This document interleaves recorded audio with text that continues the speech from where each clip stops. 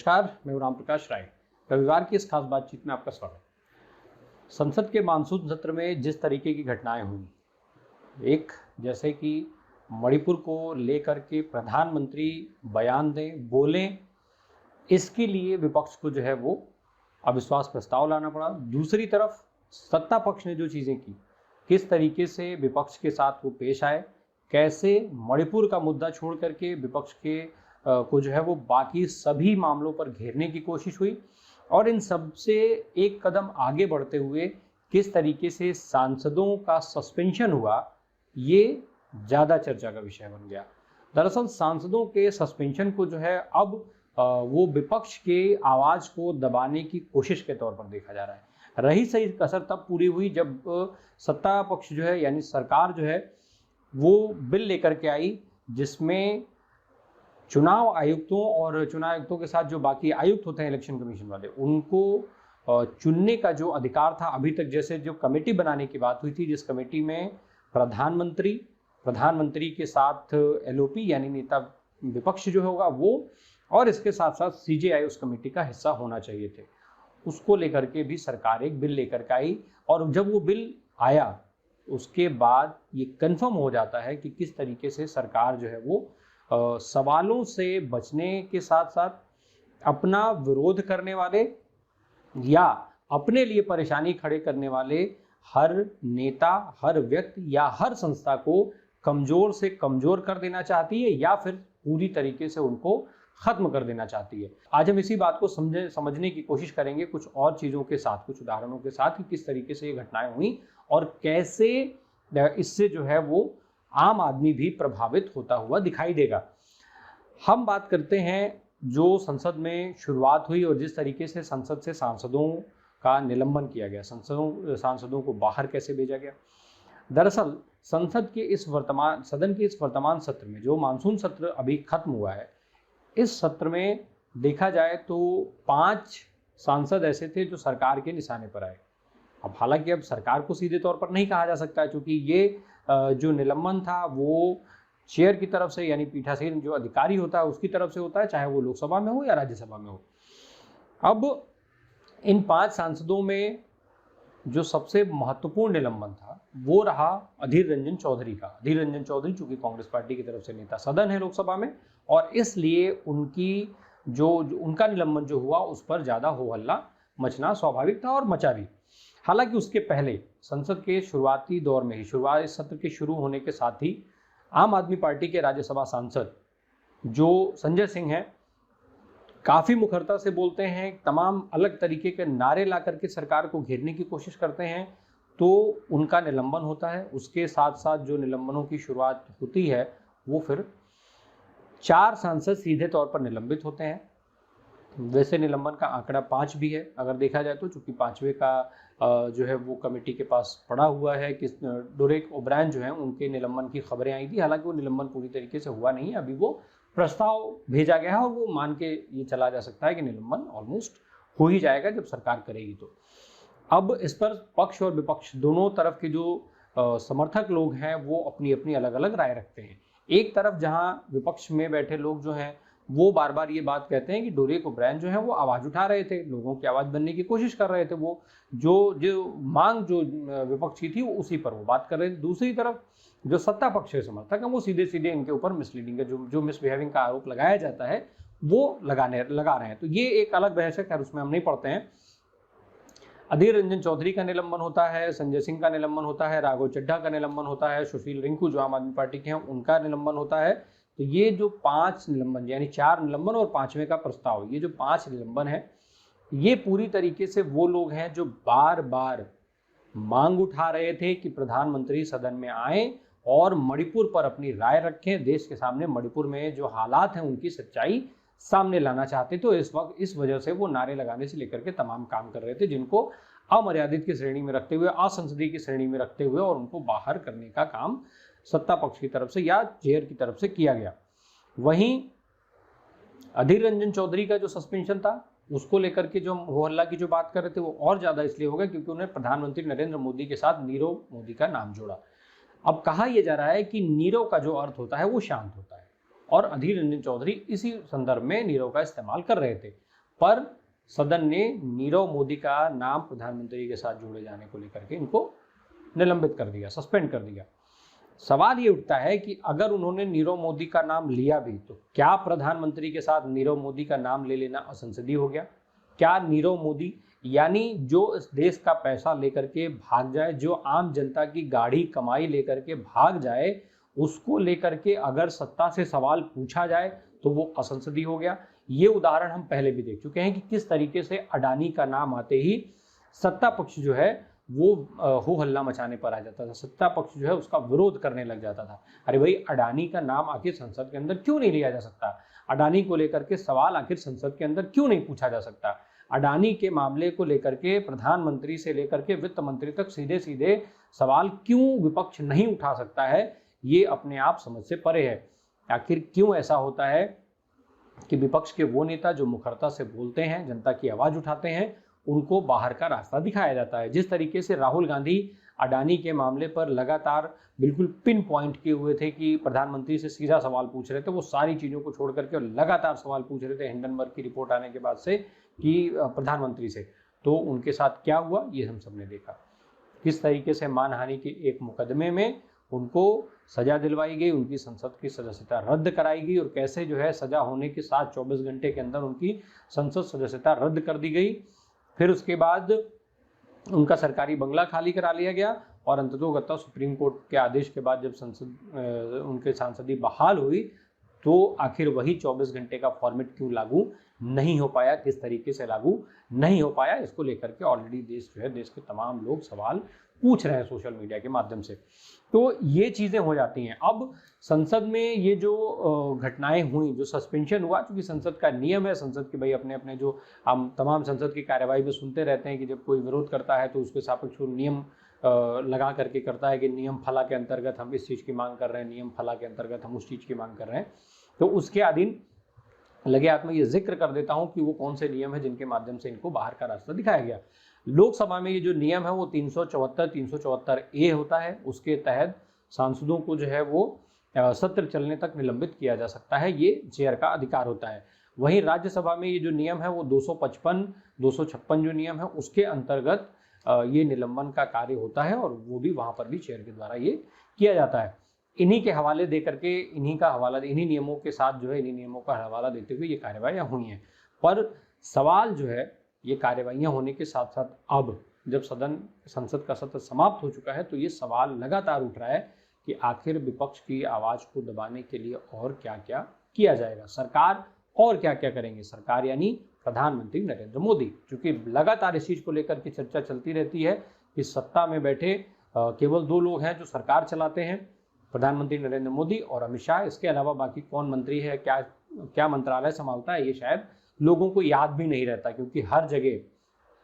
चाहे वो रक्षा सौदे से लेकर के वंदे भारत ट्रेन को हरी झंडी दिखाने तक का काम प्रधानमंत्री करते हैं, इसलिए हम सीधे सीधे सरकार यानी प्रधानमंत्री की बात कर रहे हैं। तो अब इसके अलावा विरोध की आवाज़ वाली बात हम कर रहे थे, और साथ ही साथ संस्थाओं को मजबूत और कमजोर करने की बात कर रहे थे।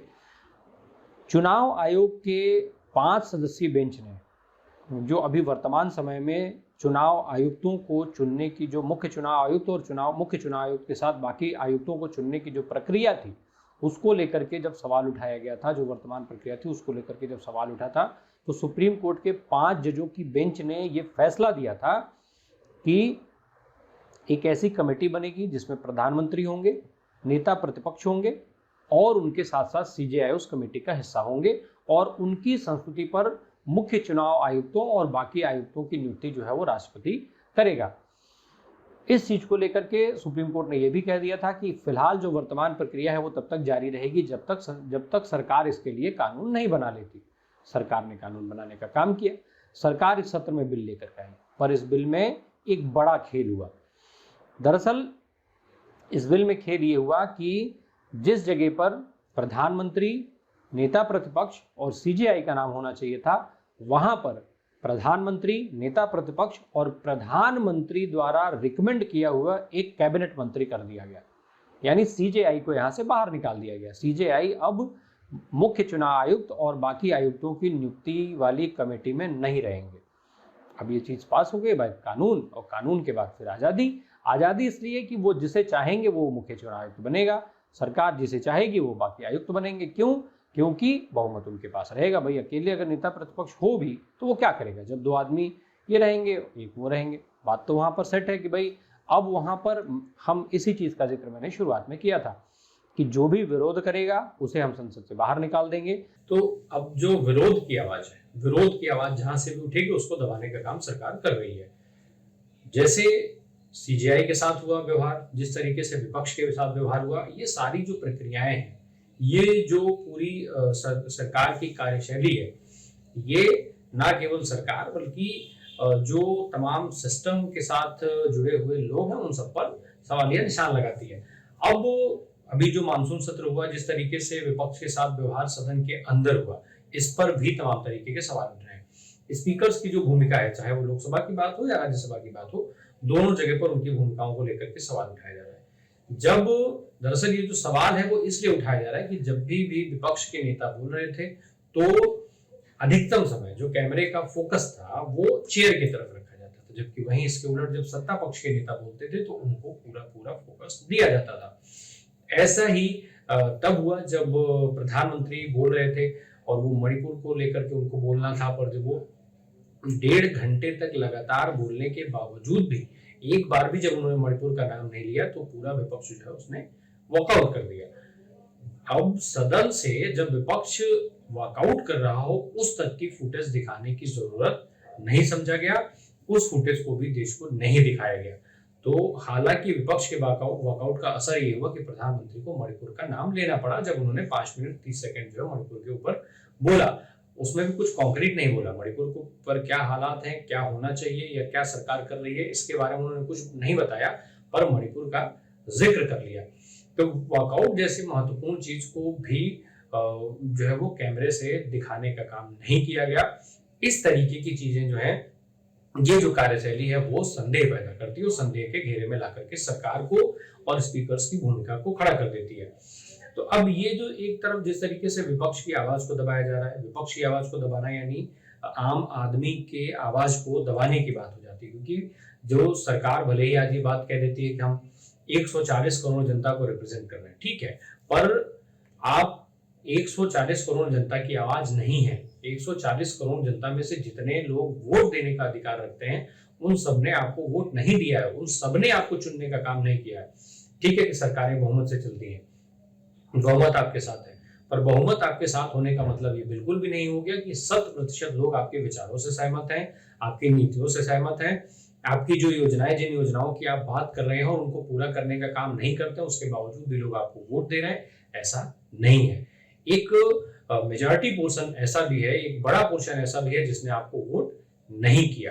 तो जिसने आपको वोट नहीं किया वो विपक्ष के साथ गया और वो विपक्ष से सहमत है, तो विपक्ष उन लोगों की भी आवाज उठाने का काम कर रहा है। ऐसे में कहीं ना कहीं सरकार जब विपक्ष की आवाज को दबाती है तो सीधे तौर पर आम आदमी की आवाज को दबाने का काम किया जा रहा है। एक तरफ आम आदमी की आवाज को दबाने की बात हो गई, दूसरी तरफ विरोध में उठने वाले सारे आवाजों की बात हो गई, तीसरी तरफ जो भी सरकार की खिलाफत कर सकता है, सरकार की नीतियों से जो है असहमति दिखा सकता है, उन संस्थाओं को जड़ से खत्म करने का काम। तो ये जो पूरी कार्यशैली है वो सरकार, भारतीय जनता पार्टी, प्रधानमंत्री और ये तमाम इससे जुड़े हुए जो लोग हैं, इन सबके ऊपर सवाल पैदा करने का काम करती है। लेकिन ये सवाल केवल इन लोगों पर ही नहीं है, ये जो सवाल है वो जनता के ऊपर भी उठता है। क्यों? क्योंकि जनता जनप्रतिनिधियों को चुनने का काम करती है। जब जनता इन प्रतिनिधियों को चुन करके सदन में भेजती है, सरकार में बैठाती है, तो निश्चित तौर पर जब नीतियां खराब हो या जो जिस तरीके की व्यवहार फिलहाल हो रही है, जिसको लेकर के इतनी चर्चा की जा रही है, विरोध हो रहा है, उस व्यवहार की जिम्मेदारी जनता के ऊपर भी आती है। तो जनता को कहीं ना कहीं सोचना होगा कि आपको अगर अपना भविष्य, आने वाली पीढ़ियों का भविष्य ठीक करना है तो निश्चित तौर पर सोचिए, विचारिए और फिर अपना जनप्रतिनिधि चुनने का काम कीजिए। तो कुल मिला करके जो ये संसद सत्र है उसने सरकार की लापरवाही और जो तानाशाही रवैया है उसको एक बार फिर उजागर किया। वहीं अगर हम विपक्ष की बात कर लें तो विपक्ष के अंदर की भी जो कमियां हैं वो भी इस मानसून सत्र से निकल करके सामने आई। मानसून सत्र में ऐसे कई मुद्दे थे जिनके ऊपर विपक्ष बात कर सकता था, ऐसे जो है वो कई मौके थे जो विपक्ष इस पर बात कर सकता था, पर विपक्ष ने जो रुख अपना रखा था कि वो केवल और केवल प्रधानमंत्री के वक्तव्य को लेकर के अड़े हुए थे, और इसके चलते सदन में बाकी कार्यवाहियां लगातार रुकती रही, और इसका फायदा सीधे सीधे सत्ता पक्ष को मिला। सत्ता पक्ष ने इस पूरे मानसून सत्र का इस्तेमाल केवल और केवल अपनी नीतियों को आगे बढ़ाने के लिए किया, और साथ ही साथ तमाम जो बिल थे वो बिना चर्चा के पास कराने का काम किया। अब बिल के पास हो जाने से, बिना चर्चा के बिल पास हो जाने से जनता को जो उसकी वास्तविकता, जो बिल आए जो भी वहां पर, जिनको कहा यह गया कि वो जनता के हित के लिए बिल है, तो उन बिलों की जो सच्चाई थी, उससे जनता को जो फायदे थे और जो नुकसान थे, दोनों ही जनता के सामने नहीं पहुंच पाए। अब लोग उन चीजों को कैसे समझेंगे, ये एक बड़ा सवाल है, क्योंकि बिना चर्चा के कई सारे बिल पास हुए। इनमें से कई बिलों के विश्लेषण में तमाम लोग बता रहे हैं कि किस तरीके से वो बिल जीवन को प्रभावित करेगा, और जो जन विश्वास बिल को लेकर के सबसे ज्यादा बात हो रही है, जन विश्वास बिल को लेकर के तमाम सवाल उठाए जा रहे हैं कि किस तरीके से सरकार ने इस बिल के सहारे